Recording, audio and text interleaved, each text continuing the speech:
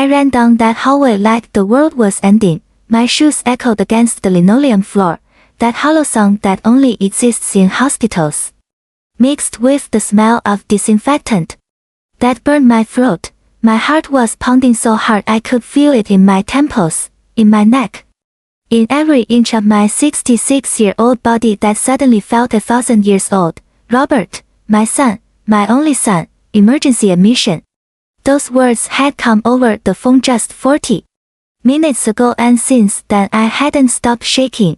I clutched my purse against my chest. As I rounded a corner, desperately searching for the room number they had given me, 312, the numbers were blurring on the door plaques. 308, 310, I was close. I could breathe. I could see him. I could hug him and tell him everything would be okay, just like I had done his whole life, because that's what mothers do, right? We fix what's broken. We heal what hurts. We give everything, absolutely everything, expecting nothing in return, and I had given so much. So much that sometimes I wondered if there was anything left of myself underneath all those layers of sacrifice, but at that moment, none of that mattered. All that mattered was reaching that room, seeing my son, knowing what had happened. The phone had rung while I was making dinner. I had dropped the spoon into the pot when I heard Scarlett's cold voice on the other end. Robert is in the hospital. Accident. Come if you want. And she had hung up. Just like that, without telling me what kind of accident, how serious it was, if he was conscious or not. Just those sharp words and that tone she always used with me, as if I were a nuisance. As if my existence were an inconvenience in her perfect life with my son, but there was no time to think about that now. 311. I was almost there. My hands were trembling. As I smoothed down my coat, as I tried to control my ragged breathing, I had to be strong for him. I had to be the mother I had always been. The mother who never fails, the mother who is always there, even when no one sees her, even when no one thanks her. That's when I felt it. A firm hand grabbed my arm and pulled me aside with surprising strength. I almost screamed in surprise. But another hand was gently placed over my mouth, while a female voice whispered urgently in my ear, "Hide and wait, trust me." It was a nurse. I knew it from the uniform I caught a glimpse of, from the smell of medicinal soap that emanated from her. She looked about 40, serious face, dark eyes that shone with a strange intensity. She pushed me carefully but firmly toward the half-open door of room 311, right next to where Robert was. "Don't make a sound. Don't come out. Observe and listen. You'll understand everything later." And before I could react, before I could ask her what in the world was going on, she walked quickly down the hall, her shoes making that same rhythmic sound against the floor. I stayed there, paralyzed behind that door, my heart now beating. For completely different reasons. It was no longer just fear for my son, it was something else, something dark and heavy that I couldn't name yet. The room was empty, dark, it smelled of clean sheets, and that artificial air conditioning that dries out your mouth. I leaned against the wall, trying to process what had just happened, trying to understand why a strange nurse had hidden me as if I were in danger. Danger, me, it was ridiculous, but something in her eyes, something in the urgency of her voice, made me stay put. "Trust me," she had said, and for some reason I can't explain, I believed her. Maybe because in that moment of absolute desperation, any outstretched hand seemed like a lifeline. Maybe because after so many years of being invisible, of being ignored, someone was finally seeing me, protecting me. Though I didn't know from what, my breathing slowly calmed as my eyes adjusted to the gloom. I could see the silhouette of the empty bed, the support hanging like a metallic skeleton, the closed curtains that let in barely a thin line of light from the hallway. Less than a minute passed. 60 seconds that felt like an eternity, and then I heard them, voices coming from the hallway. Scarlett's voice, unmistakable, with that sugary tone she used when she wanted something, and another voice, masculine, unfamiliar, formal. They stopped right in front of room 312, right across from my hiding place. My entire body went rigid. I held my breath without realizing it. Are you sure no one will see us here? The man asked. Scarlett let out a brief, dry laugh, like the rustling of dead leaves. The old woman is on her way, but she'll still take a while. The guards don't let just anyone through that fast.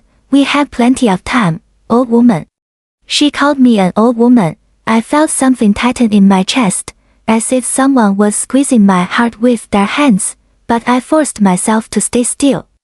To keep listening, because something told me this was just the beginning. Good, then let's go over the documents one more time. The transfer of the house has to be ready before he wakes up. If he asks anything, you say he signed everything before the accident. Understood? The house, our house.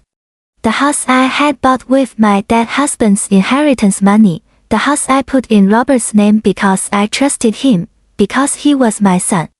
Because I never imagined something like this could happen.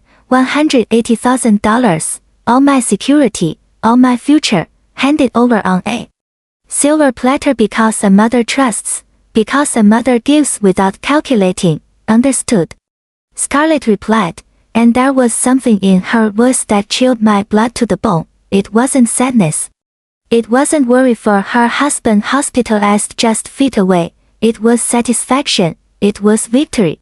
It was the sound of someone winning a game I didn't even know was being played. And what about the business?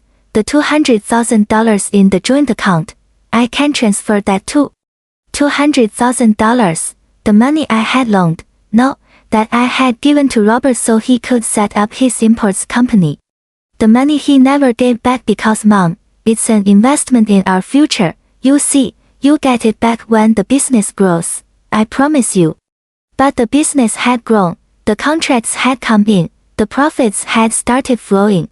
And I was still living in my small two-room apartment, cooking with supermarket specials, wearing the same clothes from 5 years ago, turning off the lights to save on the electricity bill. While they lived in that huge house with a yard and a pool, while Scarlett bought designer handbags that cost more than my 3 months' rent, while Robert changed cars every 2 years, like changing shoes.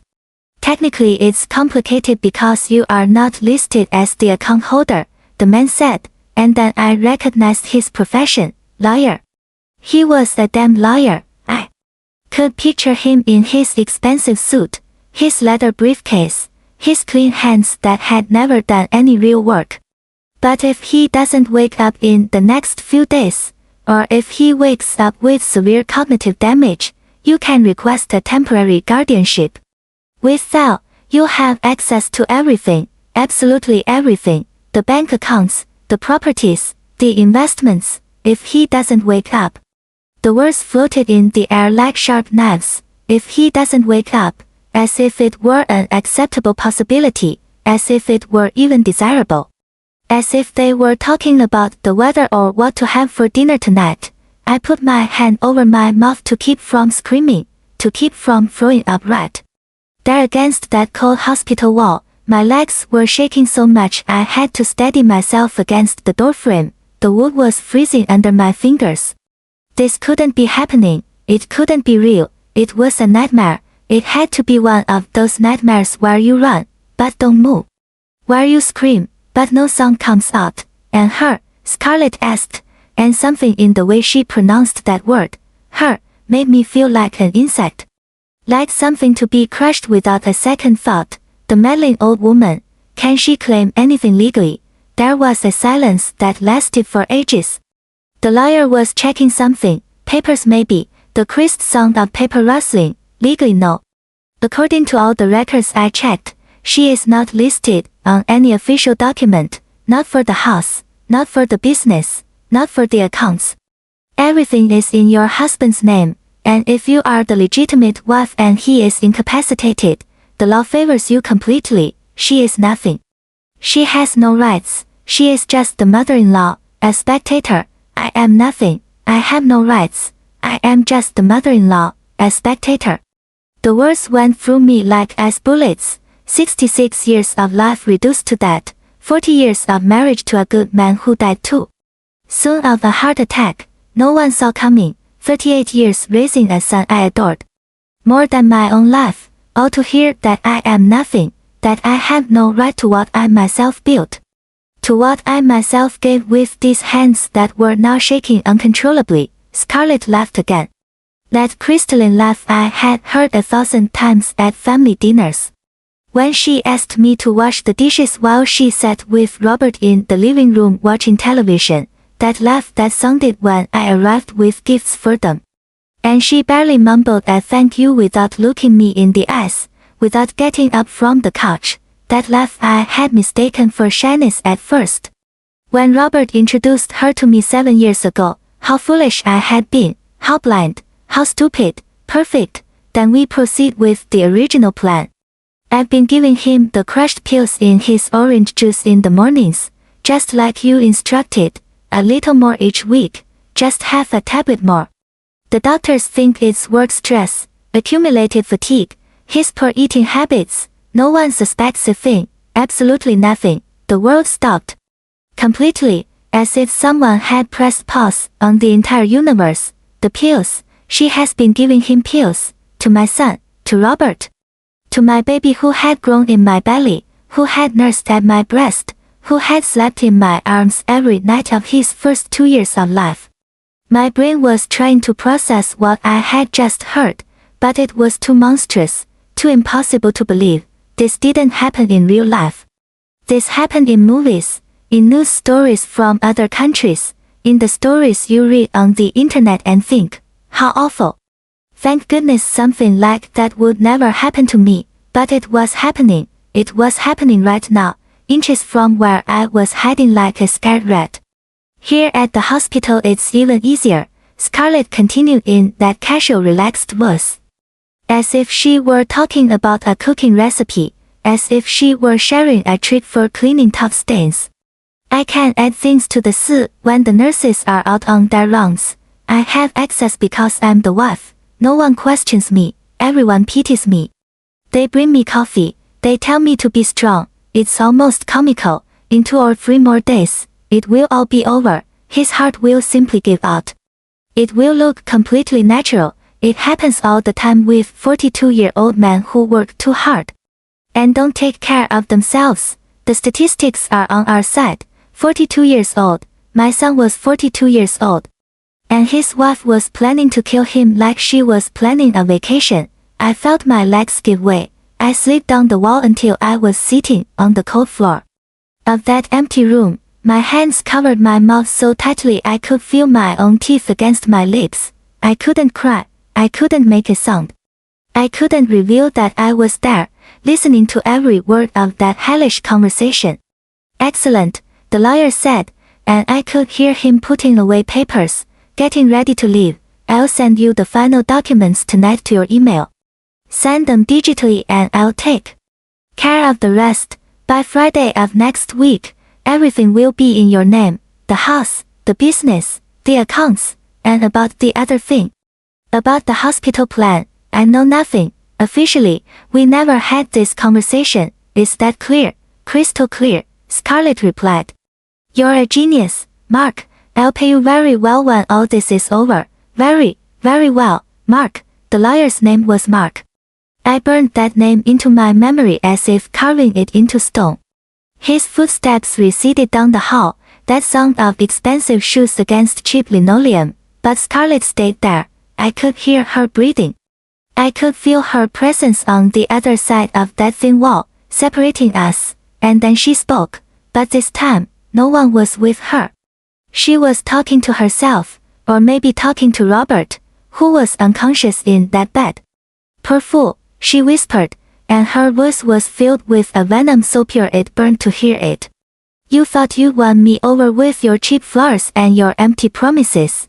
I never loved you, not for a single day, but you had what I needed. A stupid mother with money, a growing business, a paid-off house, and enough naivety to put everything in your name without any legal protection. You were the perfect target. Every word was a slap, every sentence was a dagger. Straight to the heart. 7 years. They had been married 7 years. 7 years of lies, 7 years of acting. 7 years I had believed my son was happy, all those moments I had misinterpreted rushed into my mind, all those signs I had ignored. The times I would visit and Scarlett would disappear into the bedroom with some excuse, the times Robert looked tired, pale, but said it was work. The times I offered to help and he abruptly refused. As if my presence bothered him. Mom, I'm not a kid anymore, I can solve my own problems, but they weren't his problems, it was her. It was the poison he was drinking. Without knowing it every morning with his orange juice. It was the monster sleeping next to him every night, planning his death while he dreamed of a future that would never come. And as for you, you meddling old lady, Scarlett went on, and I realized with horror that even though she couldn't see me, she knew I existed, she knew I was an obstacle in her path. As soon as this is over, I'll take you out of our lives forever. You won't have the right to see even his grave, because legally you are nothing. You're just the witch who never accepted me, who always looked at me with suspicion, who always tried to sow discord between Robert and me. That wasn't true. I had tried to accept her, God knew I had tried. With every fiber of my being, because she was the woman my son had chosen, because seeing him happy was the only thing that mattered to me. I had swallowed 1,000 humiliations. I had smiled when she criticized my clothes, my haircut, my cooking. I had washed her dishes.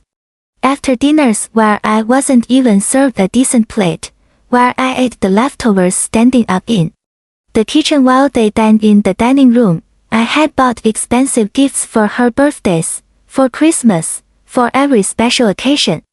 Gifts she opened without emotion and left forgotten in some corner. I had taken care of their house when they went traveling, watering the plants, collecting the mail, dusting. I had been the perfect mother and mother-in-law, the one who doesn't bother, the one who doesn't have an opinion, the one who gives. And gives and gives. Without asking for anything in return, and this was how they repaid me, with poison, with theft, with planned murder.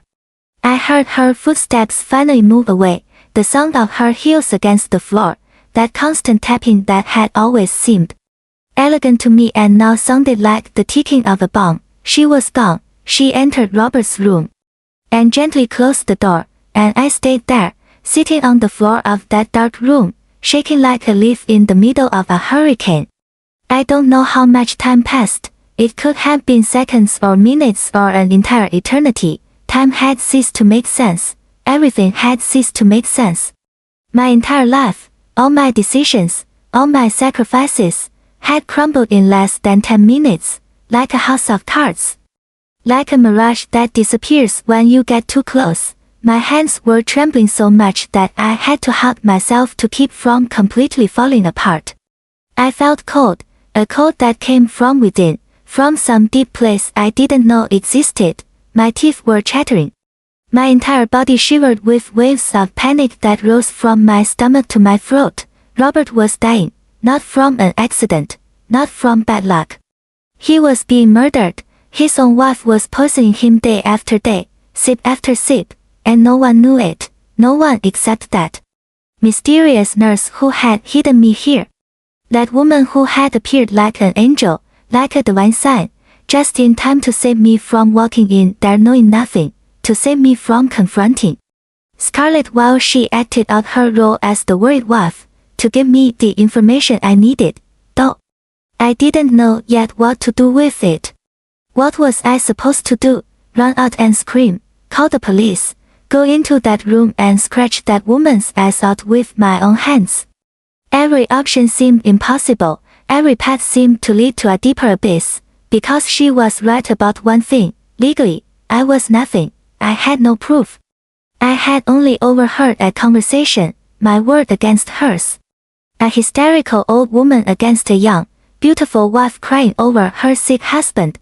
The door suddenly opened and I almost had a heart attack right there. It was her, the nurse. She came in quickly, closed the door behind her and turned on a small lamp in the corner. The dim light allowed me to see her well for the first time. Her face was marked by determination, her eyes bright but serious, her hair pulled back in a tight ponytail. Her badge read Leticia Sanchez, specialized nurse. She looked directly at me and knelt down in front of me, taking my frozen hands in her warm ones.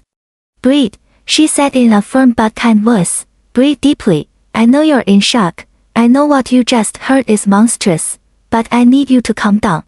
I need you to think clearly because your son doesn't have much time." Her words were like a slap that woke me up. She was right. I couldn't fall apart. Not now. Later there would be time to cry, to scream, to process all of this. But now I had to act. I had to save my son. I took a deep breath once, twice, 3 times. The air came in regularly but it came in. My heart was still beating too fast. But at least it was beating. "How did you know?" I managed to ask in a hoarse voice. "How did you know that she?" Leticia sighed and sat on the floor next to me, leaning her back against the wall. "I've been taking care of your son in outpatient consultations for 3 weeks. He came in every 5 days with strange symptoms, extreme fatigue, dizziness, nausea, irregular heartbeat. The doctors couldn't find anything conclusive. They said it was stress, but I've seen these symptoms before. My sister died this way 4 years ago. Her husband poisoned her with anticoagulants for months. By the time we realized it was too late, her body was destroyed inside." Her voice broke as she said that last part. And I could see the ancient pain shining in her eyes. She had lost her sister the same horrible way and now she was trying to save my son. She was trying to prevent another family from living her same nightmare. "I started to suspect a week ago," she continued. "The wife was always too calm, too controlled. She never cried, never despaired. She only asked about the results, the recovery times, the legal procedures if he became incapacitated. Strange questions for someone who supposedly loves her partner. Then I asked to see his old blood tests from 6 months ago, before the symptoms started, and I compared them with the current ones. There's an enormous difference.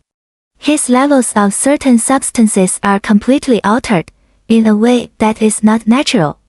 In a way that only happens with intentional and sustained poisoning." Leticia took out her phone and showed me a series of numbers and graphs that I didn't fully understand, but looked terrifying. Red lines going up and down like roller coasters, values that were marked with exclamation points. I talked to Dr. Stevens, the head of toxicology. He's the only one I trust here. I showed him my suspicions.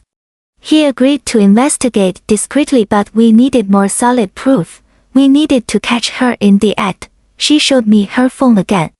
But this time it wasn't graphs, it was a recording app. She was recording. She had recorded the entire conversation between Scarlett and the lawyer, every word, every confession, every monstrous detail of their plan. "I knew you would come today." Scarlett mentioned it this morning to the other nurses, annoyed because she had to deal with the meddling mother-in-law.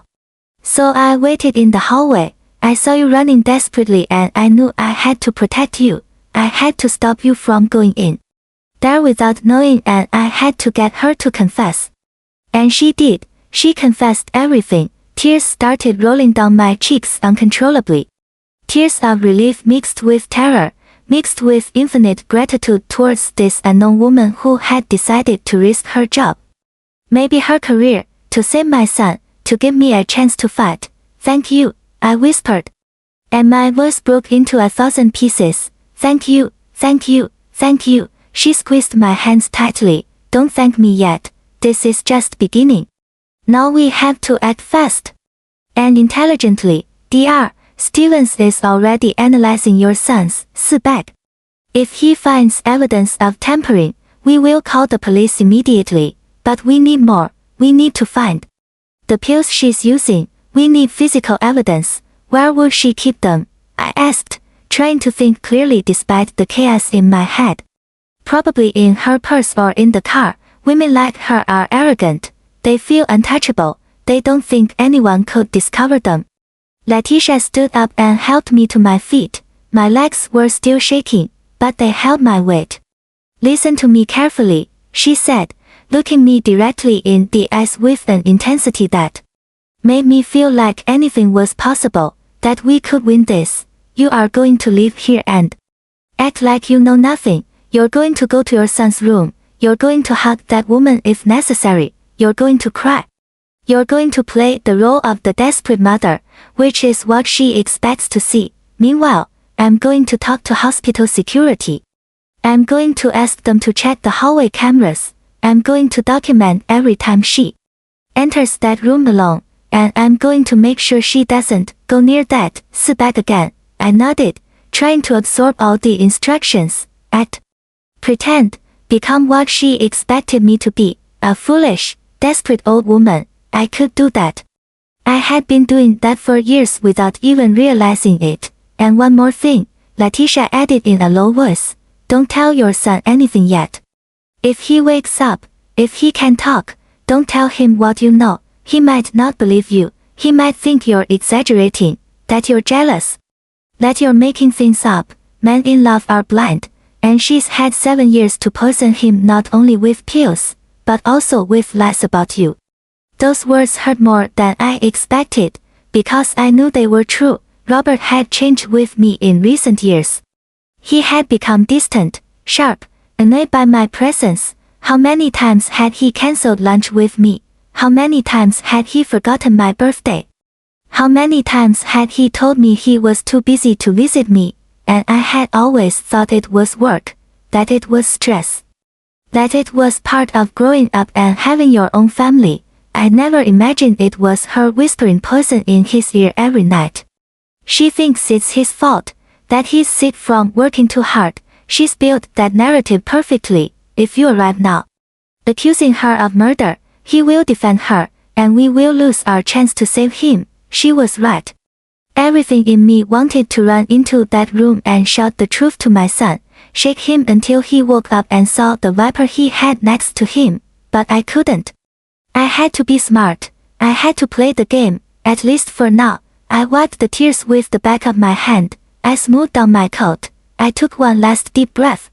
It's all right, I said, and my voice sounded firmer than I felt. I'm going to do it. I'm going to pretend, but promise me something. Promise me we won't let her win. Promise me my son will laugh. Promise me that woman will pay for every drop of poison she gave him, for every lie she told, for every second of suffering she caused. Letitia looked at me with a fierce determination that reminded me why I had trusted her from the very first moment. I promise you, that woman will not only lose everything she planned to steal, she will spend the rest of her life in prison. I will personally see to that. She opened the door carefully, peeking out first to make sure the hallway was clear. She gave me a barely perceptible nod, and I left that room that had been my refuge and my hell. For the last few minutes, the hallway was more crowded now. There were more nurses, more doctors, more families waiting for news of their loved ones, all caught up in their own tragedies, unaware that a drama surpassing any soap opera was unfolding feet away. I approached door 312 with steps that didn't feel like my own. It was as if I were floating, as if my body were moving by instinct while my mind was still trapped in that horrible conversation I had heard. My hand touched the cold metal of the door. I took one last deep breath and went in. The room was larger than I had imagined. There were machines everywhere, monitors beeping softly, beds hanging like frozen tears, and in the center of it all, in that too-wide bed, was my son.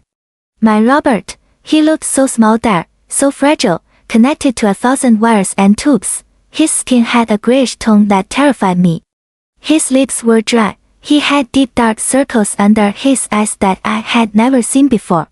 This wasn't the strong man who had carried my groceries just 2 months ago. This wasn't the boy who had learned to ride his bicycle in the park, shouting, "Look mom," hands free while I ran behind him, terrified he would fall.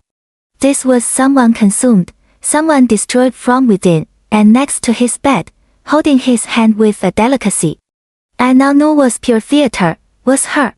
Scarlett looked impeccable as always, her brown hair perfectly styled, her makeup discreet but elegant, her cream-colored dress which probably cost more than my rent, her green eyes that I had thought were beautiful and now saw as the eyes of a snake. When she saw me enter, her expression changed immediately, her eyes filled with tears, her mouth trembled.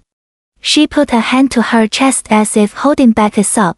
"Doris," she said in a broken voice, and even stood up to hug me. I forced myself to accept that hug, to put my arms around her, to feel her warm body against mine and not think that this same body had coldly planned my son's death. Her expensive perfume filled my nostrils, it smelled of flowers and lies. "Thank you for coming," she whispered against my shoulder. "I know you had to take 2 buses. I know it's a long way for you, but I needed you to be here. Robert needs you." Liar, damn liar, she didn't need me here, she had called me only to keep up appearances. So no one would suspect when he died that she had kept his mother away. I pulled away from her gently, wiping the tears that were completely real even if she thought they were for the wrong reasons. "What happened?" I asked, and my voice sounded exactly as it should have, terrified, confused, desperate. Scarlett sighed dramatically and sat back down next to the bed, resuming her role as the devoted wife. "He was at the office. According to his colleagues, he suddenly turned very pale, he started sweating, he complained of chest pain and that he couldn't breathe well. They thought it was a heart attack. They called an ambulance immediately." She paused, wiping a tear that was probably as fake as everything about her. "The doctors say his heart is very weak, that he's been under a lot of stress, that he hasn't taken care of himself. I've told him 1,000 times to slow down, that money isn't worth more than his health. But you know how he is, stubborn as a mule, just like when he was a kid. I guess that comment was like a hook. She was trying to connect with me, to make me feel like we were a team, that we both loved this man and wanted the best for him. What a perfect actress, what a convincing monster. What are the doctors saying?" I asked, moving closer to the bed and taking Robert's other hand. It was cold, too cold, his fingers didn't respond to my touch. "What should we expect? That the next 48 hours are critical, that if he wakes up and there's no brain damage, he can recover with time and treatment. If he wakes up," those words again, but this time coming out of her mouth with a faint sadness that turned my stomach. "But they also said," she continued, and now her voice dropped to a lower, more intimate tone, as if sharing a secret with me, "that there is a chance he won't wake up, or that he'll wake up but won't be the same, cognitive damage, they call it. That he might not be able to work again, that he might need permanent care." She was preparing me, she was preparing the ground for when he died, so that I would already have in my head that it was possible. That it was something the doctors had warned about, so that when it happened, no one would question anything. I bit my lip so hard I tasted blood in my mouth, but I couldn't explode. I couldn't reveal what I knew. I had to keep acting. "It can't be," I whispered, letting my voice genuinely break. "He's so young, he has his whole life ahead of him, so much left to do." Scarlett nodded solemnly, wiping another invisible tear. "I know, that's why I've been praying non-stop. That's why I asked Father Thomas to come tomorrow to give him a blessing, just in case. Just in case. Just in case he died as she had planned. Just in case the poison finally did its job. Just in case no one noticed in time, but someone had noticed. Letitia had noticed. And now I knew too, and we weren't going to let this happen." "Can I stay for a moment alone with him?" I asked, hoping she would say yes. I needed a break from her toxic presence. I needed to breathe without her perfume invading me. Scarlett hesitated. I saw a shadow of distrust cross her face for barely a second before she put the mask of the understanding daughter-in-law back on. "Of course, I'm going to go get some coffee. Do you want anything? Some hot tea maybe?" I shook my head. "I just want to talk to my son." She nodded and left the room with elegant steps, closing the door softly behind her. As soon as she was out, I collapsed onto the bed, hugging Robert with all the care in the world so as not to disconnect any wires. "Forgive me," I whispered against his hair that smelled of hospital and illness. "Forgive me for not realizing sooner. Forgive me for not protecting you. But I swear on everything. I hold dear that I'm not going to let her win. I'm going to get you through this, my love. I'm going to save you, even if it's the last thing I do in this life." I kissed his forehead with infinite tenderness, feeling the cold, sweaty skin under my lips. His eyelids trembled slightly, as if somewhere deep in his unconsciousness he could hear me, as if a part of him knew that his mother was there, fighting for him as she always had. I dried my tears and sat up just as the door opened again. But it wasn't Scarlett, it was Letitia, pushing a cart with medications. She gave me an almost imperceptible nod. There was news. "MRS. Doris," she said in a professional voice, playing her role perfectly. "Could you come with me for a moment, Dr. Stevens wants to speak with you about your son's condition. It will only take a few minutes." I nodded and followed her out of the room, walking down the hallway to a small, empty consultation room. As soon as she closed the door, her expression changed completely. She was no longer the kind, professional nurse. She was a warrior with crucial information. "We found it," she said without preamble. Dr. Stevens analyzed the C-bag and found traces of warfarin. It's a very powerful anticoagulant. In controlled doses it's used medically, but in the quantities we found, it's designed to cause internal hemorrhaging. The room spun around me. Warfarin. Anticoagulant. Internal hemorrhaging. My son was bleeding to death slowly from the inside and no one had seen it until now. It was not prescribed for him, Letitia continued in a tense voice. Someone added it to the C after it was prepared. And there's more. We checked the security cameras from the last 24 hours. There are 3 moments when Scarlett enters the room alone when there's no nurse nearby. In 2 of those instances, she is clearly seen manipulating the C-bag. We have visual evidence. My heart was pounding so hard I could hear it in my ears. We had proof. Real proof. Not just the audio recording but also physical evidence and video. "Did you call the police yet?" I asked in a choked voice. Letitia shook her head. "Dr. Stevens is doing that right now. But there's a problem. Scarlett has legal rights as his wife. If she suspects anything, she can leave before the police arrive. She can destroy evidence. She can contact her lawyer and prepare a defense. We need to keep her here without her suspecting anything until the officers arrive." "How long?" 20 minutes. "Half an hour maximum. The nearest station is 10 minutes away. But they have to prepare the order. Come with specialized detectives. You have to go back in there and act like nothing happened. Keep her busy. Keep her talking. Do whatever it takes. 20 minutes. Half an hour.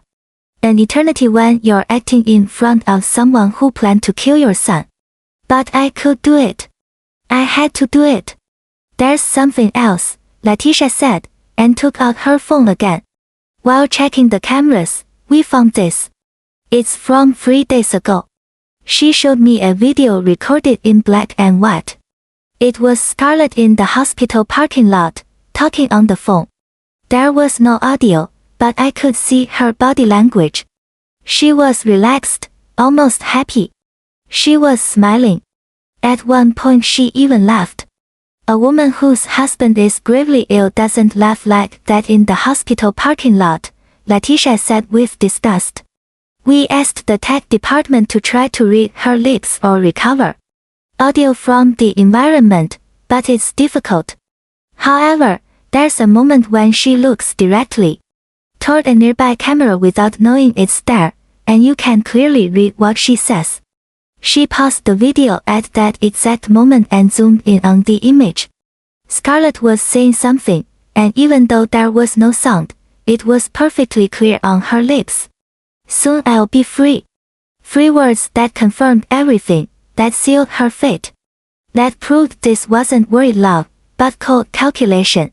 This will also be given to the police, Letitia said, putting away the phone. It's more ammunition, more evidence that this was premeditated, planned, executed with full awareness of what she was doing. I nodded, feeling something inside me harden. I was no longer just the desperate mother. I was no longer the foolish old woman who had been manipulated for years. I was someone new, someone stronger, someone willing to do whatever was necessary to protect her son. I'm going back, I said with a firmness that surprised even myself. I'm going to keep her there, and when the police arrive, I want to be present. I want to see her face when she realizes she lost, that her whole performance was in vain, that the stupid old woman wasn't so stupid after all. Letitia smiled for the first time since all this had begun. You are stronger than you think, Doris. Your son is lucky to have you. Those words filled me with something I hadn't felt in a long time. Pride. Purpose. Power. I returned to the room with measured steps, controlling my breathing, preparing my final performance. Scarlett had already returned and was sitting in the same position, holding Robert's hand, looking at him with that false expression of concern that I could now clearly see for what it was. Everything all right? She asked when I entered. What did the doctor want? Just to check some paperwork, I lied with surprising ease. Administrative things, nothing important. I sat in the chair on the other side of the bed and looked directly at her. It was time to play my most important role. Scarlett, I need to tell you something. She looked up, her expression cautious. What is it? I've been unfair to you. The words came out of my mouth like sweet poison. All these years I've been cold, distant. I know you felt it. I know you tried to get close to me, and I've rejected you again and again. I saw her eyes widen with genuine surprise. This wasn't what she expected. That's not true, she started to say, but I interrupted her. Yes it is, and I want to apologize. Because now, seeing my son like this, I realize that life is too short. Too short for stupid grudges, too short for silly pride. I leaned forward, taking her free hand in mine. She tensed slightly but didn't pull away. You are the woman my son chose. The woman who makes him happy. And I should have celebrated that instead of feeling jealous. Because that's what it was, you know. Jealousy. Fear of losing him. Fear of no longer being the most important woman in his life. Every word was a perfect lie. Every sentence was a hook. And she was biting. I could see it in how her eyes softened, in how her posture relaxed. Doris, let me finish please, I said squeezing her hand. If Robert survives this, and he has to survive, I want to start over with you. I want to be the mother-in-law you deserve. The grandmother your future children will need. Because you are going to have children, aren't you? You had talked about that. I saw something flicker in her eyes. Discomfort. Guilt, perhaps. Or simply the annoyance of having to keep acting when she already thought she had won. Yes, she finally said. We had talked about it. After the business stabilized more. After we had more savings. More lies. There had never been plans for children.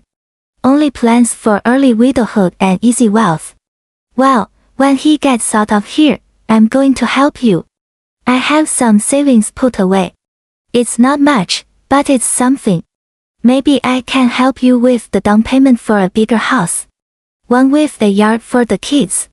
It would be my gift to you. For the family you're going to build. I saw her eyes gleam for a second. Pure, hard greed. Even now, even in the middle of her master plan, the idea of more money excited her. You don't have to do that, Doris, she said softly. But her eyes said the opposite. Her eyes were screaming. Give me more. Give me everything. I want to. It's the least I can do after all these years of distance. Besides, I have no one else. When I die, everything I have will be Robert's anyway. And consequently yours too. Better to enjoy it together while I'm alive. Now, I was selling myself out completely. I was painting myself as the foolish old woman with money that she had always believed I was. And it worked. I could see how she relaxed more and more, how the tension left her shoulders. She believed she had finally broken me. Like she had finally won my trust. You are so generous, she said, and even squeezed my hand with what I suppose was meant to look like affection. Robert is very lucky to have you as a mother. I had to bite my tongue not to spit the truth at her right there. We kept talking about trivialities, invented memories, future plans that would never exist. I played my role as the repentant mother-in-law and she played hers as the forgiving daughter-in-law.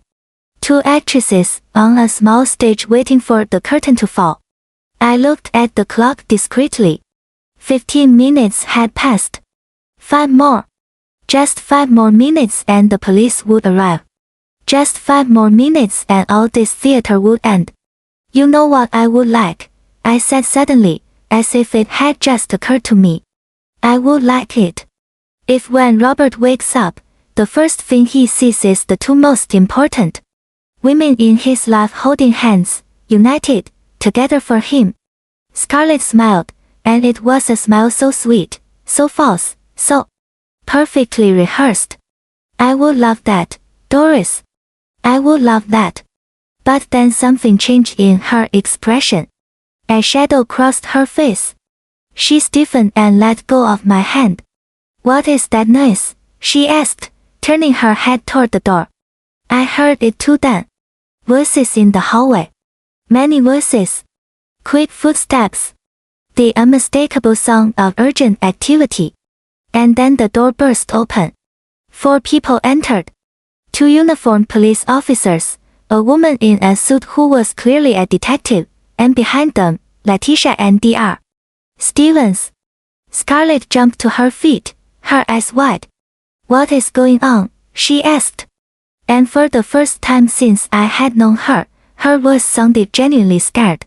The detective stepped forward, showing her badge. Scarlett Fernandez of Salazar, I am Detective Audrey Ruiz. I need you to come with us to answer some questions about your husband's condition. Questions? What kind of questions? My husband is sick. He had a collapse. What does that have to do with the police? Her voice rose in pitch, becoming sharper, more desperate. The mask was beginning to crack. We have found evidence that Mr. Robert Salazar has been the victim of intentional and sustained poisoning. Toxicological analysis shows dangerous levels of warfarin in his system, a substance that was not prescribed to him and was deliberately added to his hospital treatment. The silence that followed was deafening. Scarlett remained completely motionless, her mouth slightly open, her eyes darting from the detective to the officers to Letitia, calculating, looking for a way out. That's ridiculous, she finally said, and her voice was now pure ice. The sweetness had disappeared completely. It's a mistake, a medical error. Someone mixed up the medications. That happens all the time in hospitals. It is not a mistake, Dr. Stevens intervened, stepping forward. We have security camera footage that shows you manipulating your husband's bag on 3 different occasions. We have physical evidence of the substance found, and we have this. Letitia took out her phone and played the recording. Scarlett's voice filled the room, clear as water. I've been giving him the crushed pills in his orange juice in the mornings, a little more each week. The doctors think it's stress. No one suspects anything. Here at the hospital it's easier. I can add things to the in 2 or 3 more days, it will all be over. I watched as the color completely drained from her face, as her legs trembled, as she desperately searched for something to say, some excuse, some lie that could save her, but there was nothing. They had caught her completely. That recording was taken out of context. She tried, but her voice lacked conviction. I never. That's not what it looks like. We also have your conversation with your lawyer, Mark Delgado, who, by the way, is being interrogated right now, Detective Audrey continued, in a firm, professional voice. We have documents showing attempts at fraudulent property transfer. We have your internet search history for undetectable poisons and poisoning symptoms. We have enough evidence to charge you with premeditated attempted murder and fraud. Scarlett looked at me then. Her green eyes, once so beautiful, now filled with pure hatred. It was you, she hissed like a snake. You did this, meddling old woman, old witch. You couldn't just keep quiet and let things run their course. You had to stick your nose where it didn't belong. I stood up slowly, walking toward her with a calmness I didn't know I possessed. I stood in front of her, looking her directly in the eyes.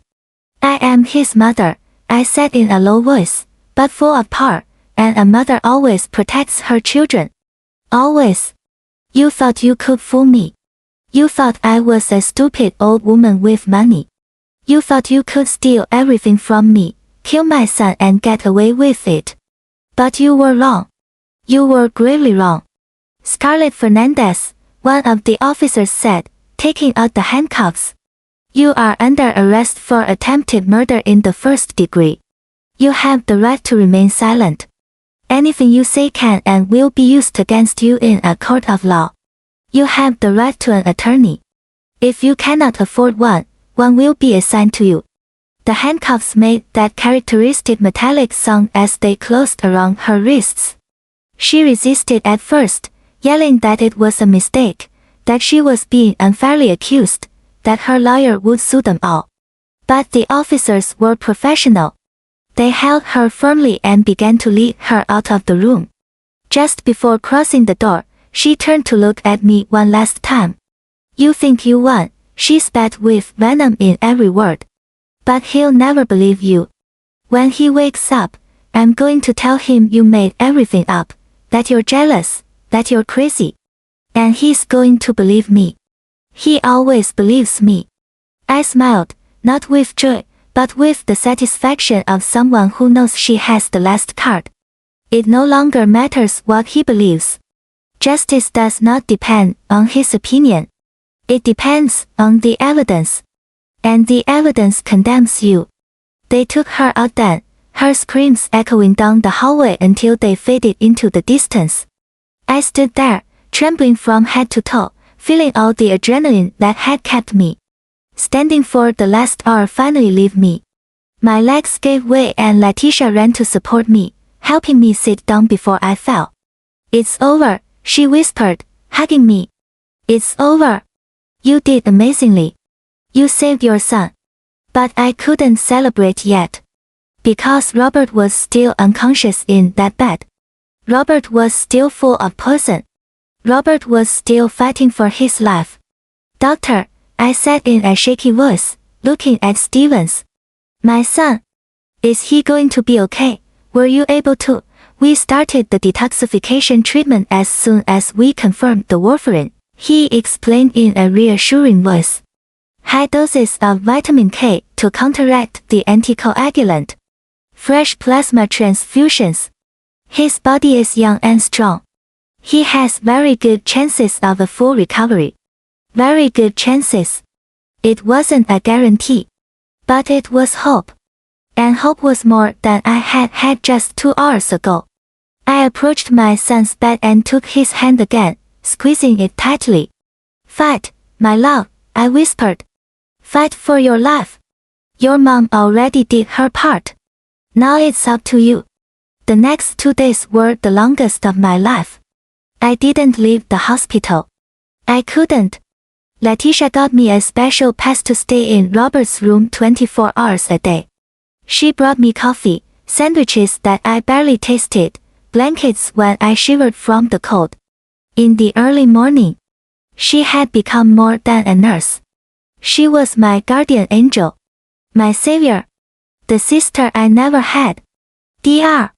Stevens came every few hours to check Robert's vital signs, to adjust medications, to patiently explain every small change in his condition to me. His levels are improving, he would tell me, showing me graphs I barely understood, but that sounded like celestial music. The treatment is working. His body is responding. It's just a matter of time. Time. That word had become my religion. Every minute that passed was a minute further from the person. Every hour was a small victory against the death that Scarlett had planned so coldly. I sat next to his bed and talked to him. I told him stories from when he was a child. About the time he got lost in the supermarket. And I found him crying in the cereal aisle. About his first day of school, when he clung to my leg, unwilling to let go. About all the Christmases, the birthdays, the small moments that build a life. You have to wake up, I told him over and over. You have to wake up because there is still so much to live for. So much you haven't done. You can't live like this. You can't leave me like this. Sometimes his eyelids trembled. Sometimes his fingers moved slightly. And I clung to those signs like a castaway to a piece of wood. Detective Audrey came to see me on the second day. She brought a truly decent coffee, not the watery kind from the hospital machine, and sat with me in that silent room. I wanted to update you on the case, she said in a professional but kind voice. Scarlett is being held without bail. The charges are serious. Attempted murder. Fraud. Tampering with evidence. Her lawyer, Mark Delgado, is cooperating with us in exchange for a reduced sentence. He has confessed to the entire plan. The property transfers they were preparing. The falsified documents. Everything. I nodded, feeling a dark satisfaction. I didn't know I was capable of feeling. How much time will she serve in prison, if we convict her on all counts? We are talking about between 25 and 30 years minimum, and with the evidence we have, it's almost impossible for her to be acquitted. 25 to 30 years. An entire lifetime. Enough time for her beauty to fade behind bars. Enough time for her to pay for every drop of poison she gave my son. There's something else you should know, Audrey continued, pulling a folder from her briefcase. We investigated her past. Scarlett is not her real name. Her name is Karen Fields. She has a record in 2 different states for fraud and scams. She marries men with money, manipulates them into taking their assets, and then disappears. Your son was not her first victim. He was the 4th. I felt like I had been punched in the stomach. 4th. Robert was her 4th victim. The others, I couldn't finish the question. Audrey shook her head. The other 3 survived, but they lost everything. Houses, businesses, savings. One of them tried to report her, but she had been so careful with the paperwork that they couldn't prove anything. He declared bankruptcy and fled to another state. She changed her name, changed her appearance, and started over. With your son, she finally made a mistake. She was too ambitious, too impatient, and thanks to that, we caught her. She showed me photos, Scarlett with different hair color, Scarlett with a different style, but the same cold eyes, the same calculating smile. These men want to testify, Audrey said. They want to tell their stories. They are going to help build a pattern of behavior that will make it impossible for her to claim this was a misunderstanding or a mistake. She is a professional predator, and she is finally going to pay for everything. I looked at my son sleeping in that bed and felt a surge of gratitude mixed with rage. Gratitude because I had saved him in time. Rage because I had been so close to losing him, so close to her winning. Thank you, I told Audrey. Thank you for taking this seriously, for investigating, for not letting her get away with it. She squeezed my hand. It's my job, but more than that, it's my duty. Women like her cannot continue destroying lives. Your bravery in acting fast, in trusting Letitia, in staying calm, that is what truly saved your son. You are a hero, Doris. Hero. I didn't feel like a hero. I felt like an exhausted mother who had done the only thing she knew how to do. Protect her son. That was all. On the third day, just as the sun began to stream through the room window, filling it with a golden warm light, it happened. Robert's fingers moved. It wasn't an unconscious tremor. It was a deliberate movement. He squeezed my hand. I shouted for the nurses without letting go of his hand. Letitia came running, followed by another nurse and then Dr. Stevens. He's waking up, the doctor said, checking his eyes with a small flashlight. Robert, if you can hear me, squeeze your mother's hand again. And he did. He squeezed my hand harder this time. Tears rolled down my cheeks uncontrollably. My love, I whispered over and over. You're here. You're alive. You're okay. His eyelids began to move, slowly as if they weighed tons. They opened. His eyes, those brown eyes I had seen since the day he was born, looked at me confusedly at first, lost, but then they focused. He recognized me. Mom, he whispered in a hoarse, barely audible voice. That single word broke all the barriers I had built. I collapsed onto the bed, crying against his chest, feeling his hand weakly rise to touch my hair. I'm here, I said between sobs. I'm here, my love. You are safe. Everything is going to be alright. Dr. Stevens gave us a few minutes before starting the examinations. He checked his reflexes, his vision, his cognitive ability. He asked simple questions, name, date of birth, where he lived. Robert answered everything correctly, though slowly, searching for the words.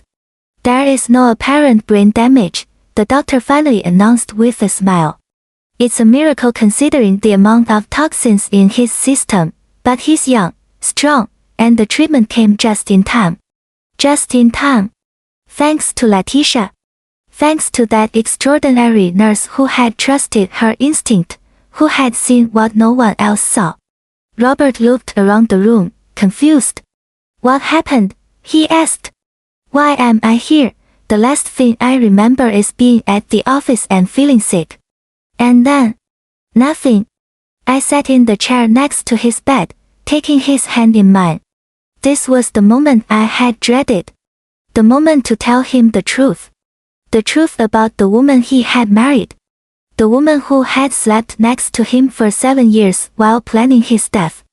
Robert, there's something you need to know, I began in a soft but firm voice. Something terrible, but I need you to listen to me until the end. Can you do that? He nodded, though I could see the fear growing in his eyes.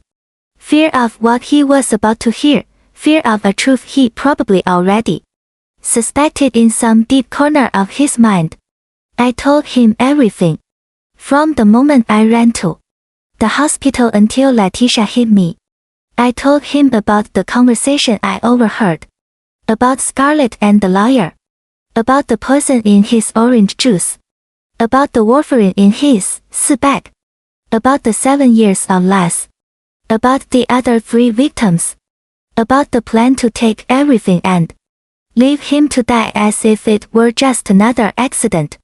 I watched as his face went through every possible emotion. Disbelief at first. Denial. Anger. Pain. And finally, a sadness so deep it broke my heart to see it. It can't be, he whispered when I finished. Scarlett. No. She loves me. She has always been there for me. She took care of me when I was tired. She prepared my juice every morning. He stopped. He heard his own words. The juice every morning. exactly as she had confessed in the recording. Do you want to hear the recording? I asked softly. Nurse Letitia recorded everything. Her complete confession. He shook his head violently. No. I don't want to. I can't. He cried then. My adult son. My strong man. Cried as I hadn't seen him cry since he was a child. He cried for the betrayal. For the lost years. For the love he had believed was real and never existed. I climbed onto the bed carefully and hugged him. As I had done 1,000 times when he was little. When he fell off his bike. When a kid bothered him at school. When his first love rejected him. I had always been there to pick up the pieces. And here I was again. I'm sorry, I said, even though I wasn't the one who should apologize. I'm sorry you had to go through this. I'm sorry I didn't notice sooner. I'm sorry I was so blind. It wasn't your fault, he murmured against my shoulder. I didn't see anything either. I lived with her. I slept next to her. I told her my dreams. My fears. My plans. And all the time. He didn't finish the sentence. There was no need. I love her. Mom, he continued after a while. Or at least I loved the person I thought she was. How could I have been so stupid? How did I not see the signs? Because that's how people like her operate, I said softly. They are experts in manipulation. In making you believe exactly what they want you to believe. You weren't stupid, you were human. You trusted because that's what good people do. They trust. We stayed like that. For a long time. Mother and son. Survivors of a storm that almost destroyed both of us. Mom, he finally said, pulling back a little to look me in the eyes. She said things about you, didn't she, all these years? She said things that made me pull away from you. I nodded slowly. I didn't want to put more burden on him. But I needed the truth between us. Yes, I guess so. You started to change with me about 3 years ago. More distant. Colder. As if my presence bothered you. He closed his eyes in shame. She told me you were controlling. That you wanted to separate us. That you spoke badly about her behind her back. That you gave her expensive gifts.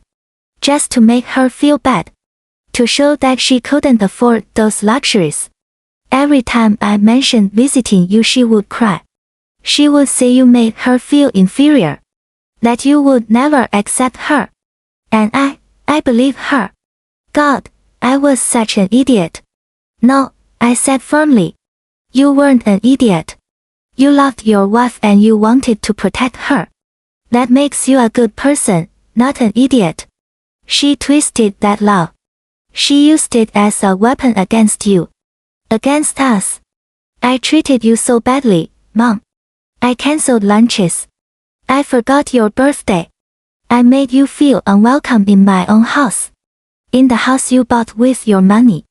My God. His voice broke again. How can you even look at me now? How can you be here after everything I put you through? I took his face in both hands, forcing him to look at me. Because you are my son. Because I love you more than my own life. Because a mother doesn't abandon. No matter how much it hurts. No matter how many times she is rejected. She will always be there when her son needs her. He cried again.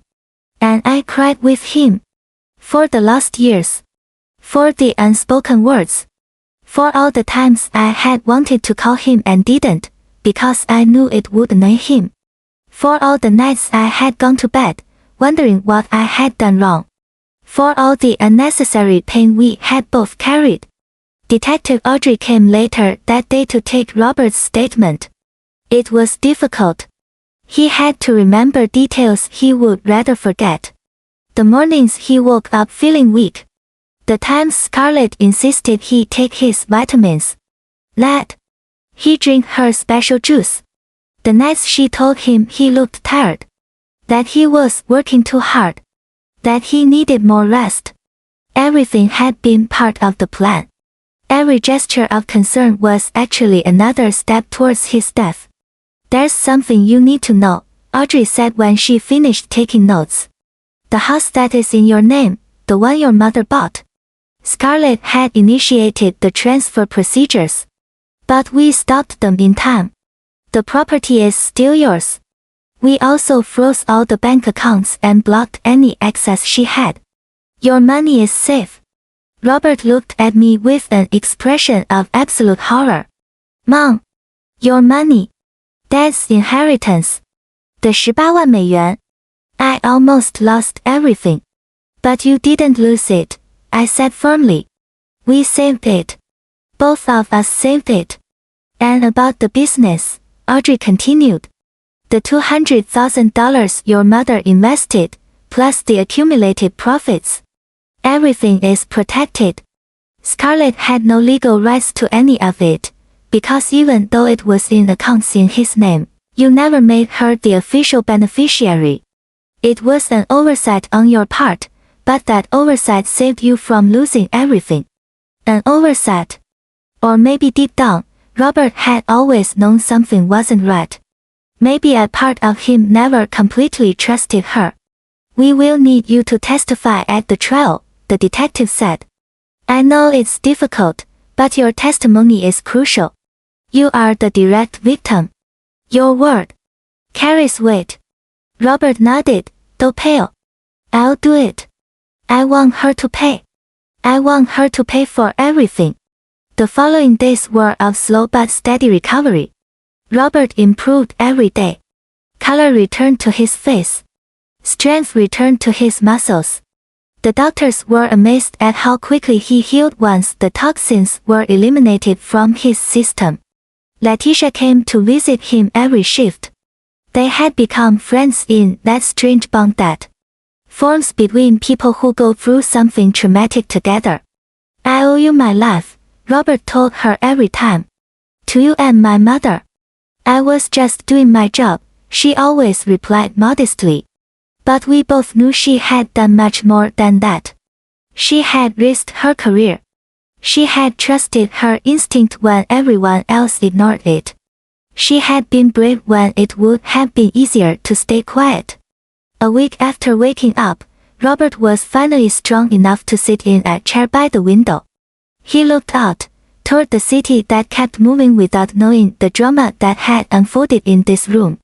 Mom, he said without turning to look at me. When I get out of here, I want to make things right. I want to give you back your money. Every single penny. With interest. You don't need to, I started. But he raised his hand. Yes, I do need to. I need to make it right. I need to show you that I am not that man who ignored you for 3 years. That I am not that son who forgot where he came from. I need to show myself too. I walked over and sat in the chair next to him. You don't have to show me anything. You already did. You survived. You're here. That's all I need. But I need more, he insisted, finally turning to look at me. I need to get myself back. The man I was before her. The son you were proud to raise. You'll help me find him again. I took his hand and squeezed it hard. Always, my love. Always. The trial was 6 months later. 6 months in which Robert recovered completely. In which he closed wounds he thought would never heal. In which he learned to trust again. Starting by trusting himself. 6 months in which our relationship was rebuilt from the foundations. Stronger than before. More honest than ever. We entered that courthouse together, arm in arm. He in a gray suit, chin, that made him look like the successful man he was. Me in an olive green dress that I had bought especially for the occasion. Not out of vanity, but because I wanted to look strong. I wanted her to see that she hadn't been able to destroy me. Scarlett was sitting at the defense table. She looked different. Her hair had lost its shine. Her skin looked pale under the artificial court lights. But her eyes were still the same. Cold. Calculating. When she saw us enter, something dark crossed her face. Pure hatred. There were no more masks. There were no more performances. This was the real Karen Fields. The predator hiding behind the false name of Scarlett. The prosecutor presented the evidence methodically.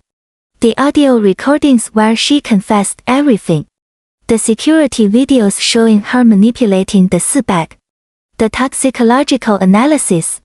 The testimonies of the other 3 men she had previously scammed. Every piece of evidence was another nail in her legal coffin. Letitia testified about how she had noticed the symptoms, about her suspicions, about the investigation she had done risking her job. Dr. Stevens explained in precise medical terms how the warfarin had been destroying Robert's body from the inside. How without intervention, he would have died in a matter of days. Detective Audrey presented all the evidence of the fraud. The falsified documents. Karen's criminal history under her multiple identities. It was devastating. One by one, the pillars of her defense crumbled. Her lawyer tried to argue that the recordings had been obtained illegally, that the testimonies were circumstantial, that everything could be explained as a series of tragic misunderstandings. But no one believed him.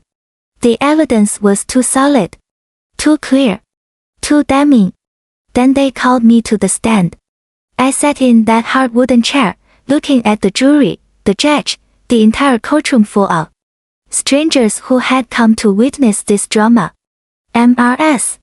Doris, the prosecutor began, can you tell us in your own words what you heard that day at the hospital? And I told him everything. From my desperation running down that hallway to the moment Letitia hit me. From every venomous word that had come out of that woman's mouth to the moment I understood that my son was being slowly murdered. My voice broke several times. Tears rolled down my cheeks, uncontrollably. But I kept talking. Because my son deserved to be heard. Because the other victims deserved justice. Because no other mother should go through this hell. And how did you feel when you heard that your son was being poisoned? The prosecutor asked. I looked directly at Karen when I answered. I felt like the world was ending. But I also felt rage.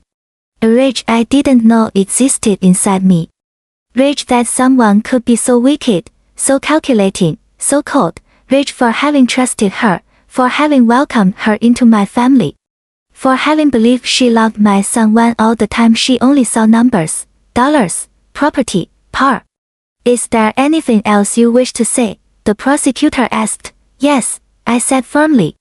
I want the jury to know that this woman is not the victim of a misunderstanding. She is a professional predator. She has deliberately destroyed lives, and if you don't stop her here, she will continue to do it.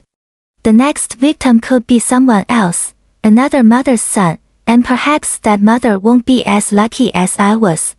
Perhaps no one will notice the signs in time. Please, don't give her that opportunity. The defense attorney tried to discredit me in the cross-examination. He suggested I was jealous of my son's relationship. That I had made everything up out of spite. That the recordings could have been edited. But every question he asked, I answered with calmness and truth. Then they called Robert. Seeing him walk toward that stand, strong and alive when he should have been dead, was one of the most powerful moments of my life. He testified about the years of marriage, about how she had systematically isolated him from me, about the symptoms he had ignored, thinking they were stress, about the orange juice she lovingly prepared for him every morning, about how he felt worse and worse, but she convinced him that he just needed rest.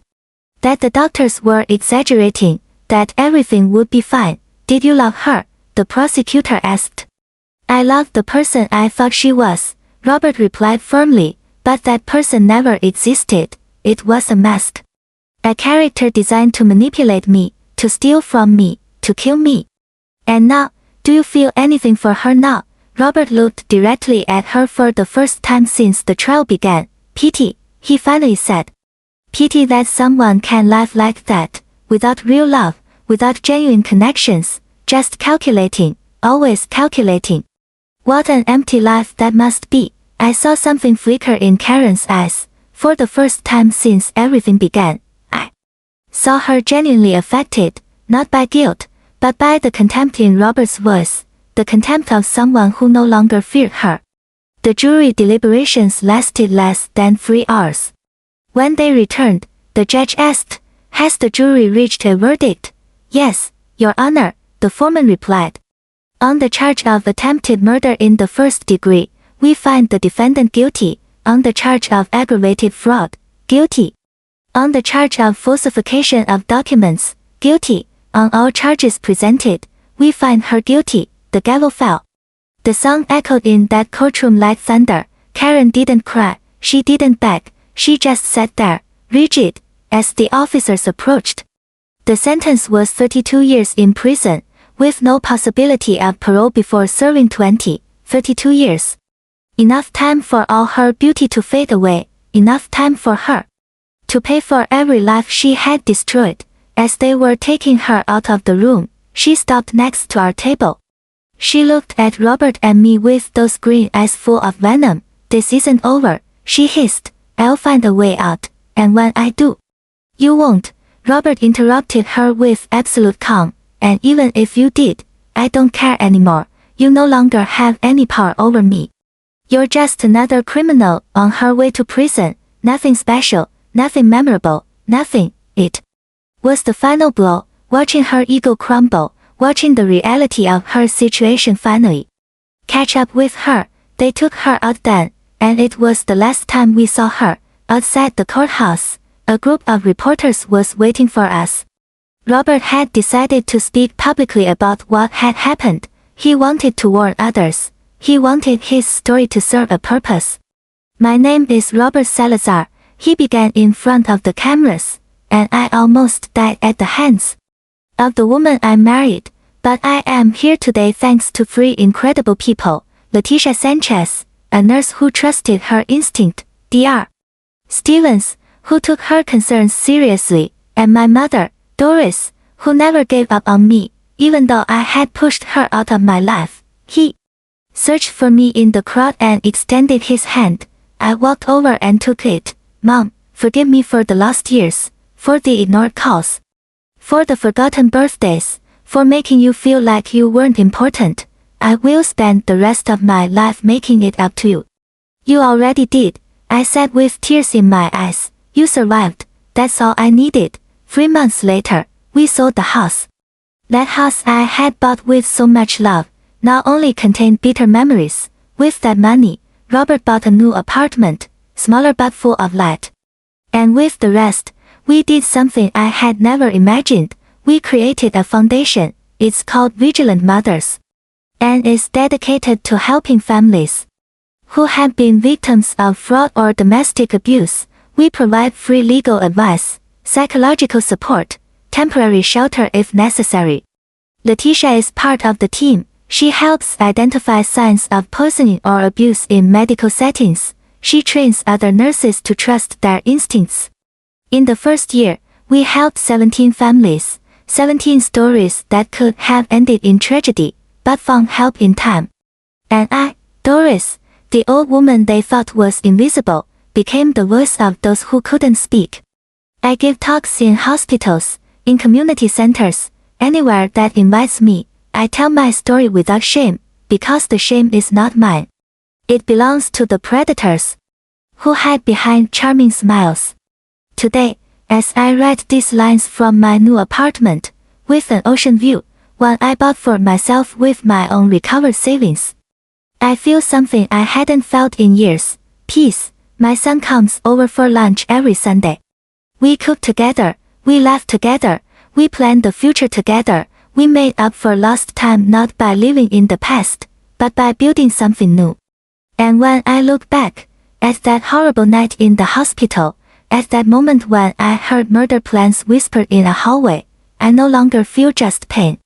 I feel gratitude, because that night, I discovered something about myself that I didn't know existed. I discovered that I am stronger than I thought, braver than I imagined, more powerful than anyone, including myself, had ever believed.